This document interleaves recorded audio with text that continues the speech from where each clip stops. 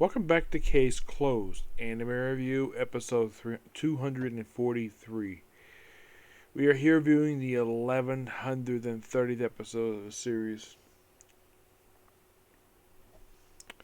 which is another one of these sequel to a previous fill episode once.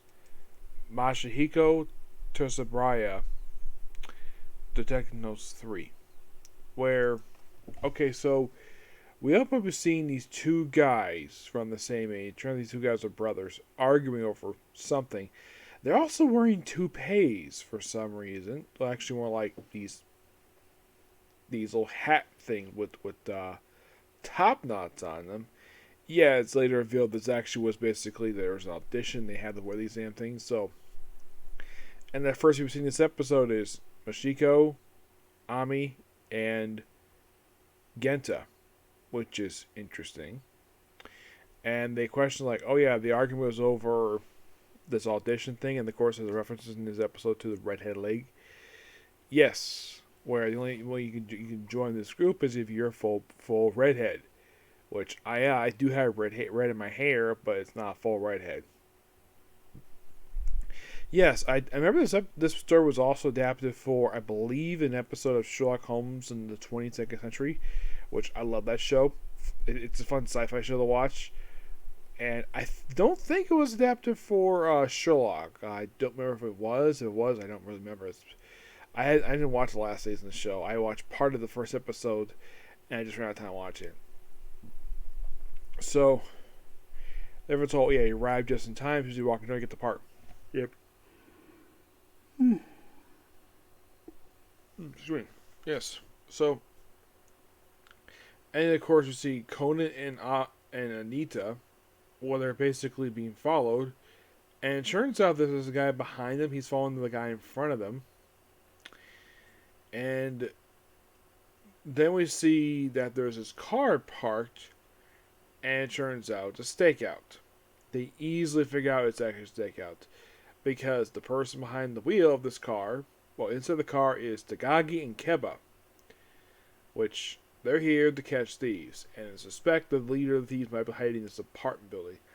Which it seems like this is one is like, oh, let's basically do a rehash of Stakeout. Yeah, it feels like this one was more of like a follow up to Secret Only Stakeout. Basically, this Technos thing, but also Stakeout as well. Excuse me, I'm not sure why, and this feels completely random. And they go on the merry way. They talk to the other guy. Apparently, there's also this mysterious letter, which was the whole thing about some potential buyer wanted to buy both sets of pots made by their late father at some point.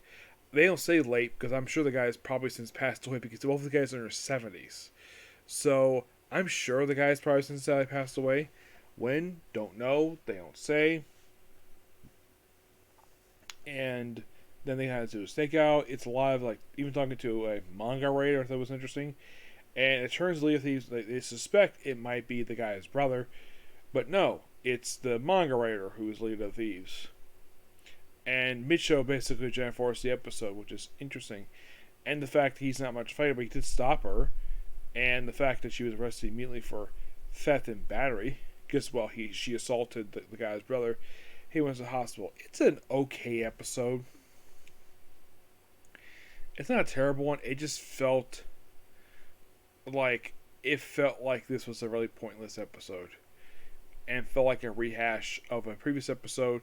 It felt as though basically this is probably supposed to be a script for Stakeout 4, maybe a fourth Stakeout episode, and they just basically just reworked into this episode. That's probably what happened here. At least the next episode looks a little more interesting than this.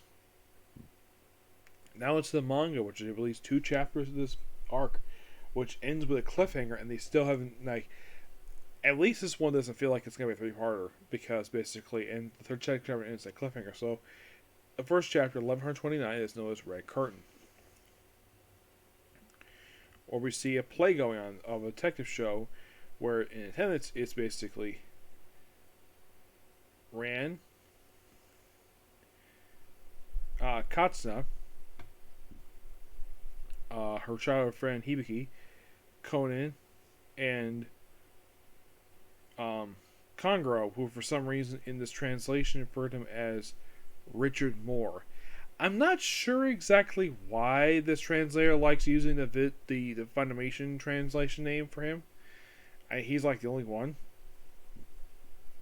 And then we see, looks like the person to play looks like someone that possibly that, it seems like, like, going back to business, home technical skills. And it looks like an okay play. And apparently, Moore likes it. Yes, he likes it. Everyone thinks this sucks.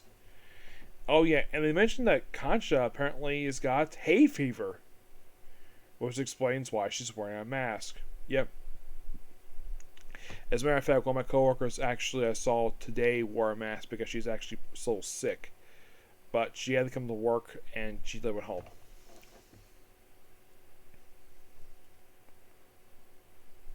And apparently they give him like this weird they give him this like he says, I can't believe Da went through this dance show after that, like, did the translator of this particular chapter, did he not know what the guy talks like? Has he not seen the anime? Yeah, I thought this was kind of weird. And Conan wearing look like a black shirt and Congo not wearing a suit coat? That's weird. Now, that's what the translator, that's the mangaka's role. So, here's a Ran, and so there's people actors to play. And apparently the lead actor looks a lot like Mori, except he's got a mullet. And there's a flashback to one of the times that he wanted to confess to Katja, but got interrupted. And it seems like any time basically he wants to confess to her, there's always interruption. The weirdest time is when the Japanese self-defense force showed up because there was a monster in the area, so they contacted the self-defense force to deal with a monster. That was so funny.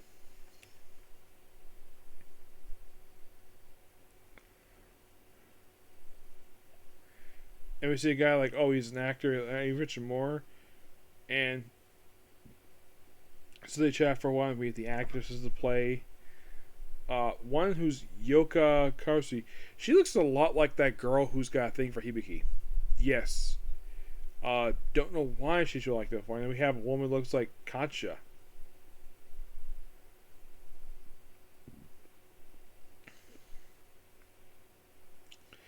Yeah, and then we have and we have Naboya, who's basically one of the detectives of the show. In the case of, I'm not sure who she's based on. They have Tema, who's obviously Hibiki's basically actor. They chat for a while. It's interesting, and of course, basically, like, let's talk about this player as a demon puppeteer. There's a bump and more chatting. I think that she's partially inspiration for. I think the casting looks a lot like Richard Moore's. Basically, looks like Hangro's estranged wife. So,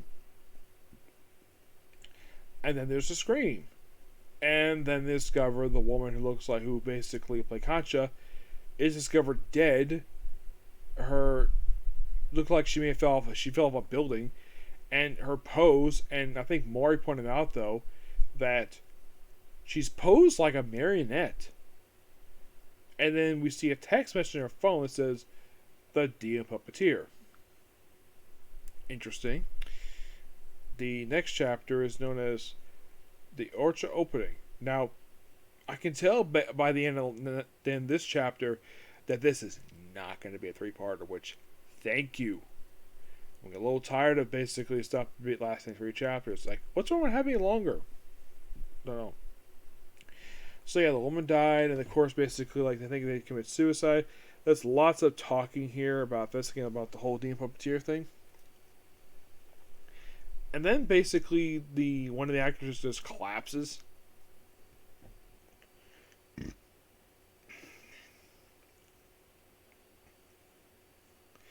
And then one of the inspectors here talk about this case.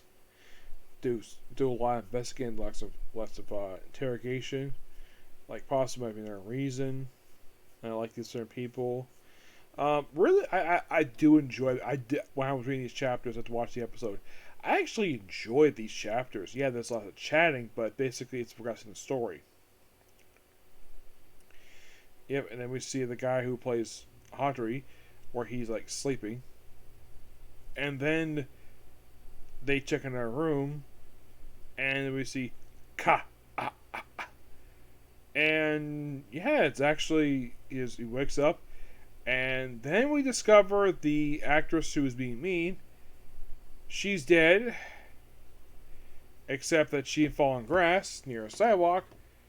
She fell off like a 2-story building, like second floor of this building, and she falls on the parking lot just below them. At least she's discovered at this point. Her glasses, and apparently she's posed like a marionette. So, yeah, not to be concluded, to be continued. So I'm like, is this Dima Patir kill hero this play? Because first we kill off the actress who plays Katya, and now we kill off the actress who I think is playing Mori's wife. Yes. A very interesting 2 chapters so far. Probably next chapter next week. Who knows? Okay, so that's pretty much a particular view. Please be sure to like, comment, subscribe, turn notifications, and do another like button. That's going to be it for tonight. So, tomorrow, if I'm going to work, basically it's going to be reviewing for, I think I have one Comic Con ready to go, and I'm also going to review Deck of Ranger. I'm going to try to review Deck of Ranger the first movie, and Battle Friday tomorrow. Yep. Next video tomorrow. Bye. Excuse me.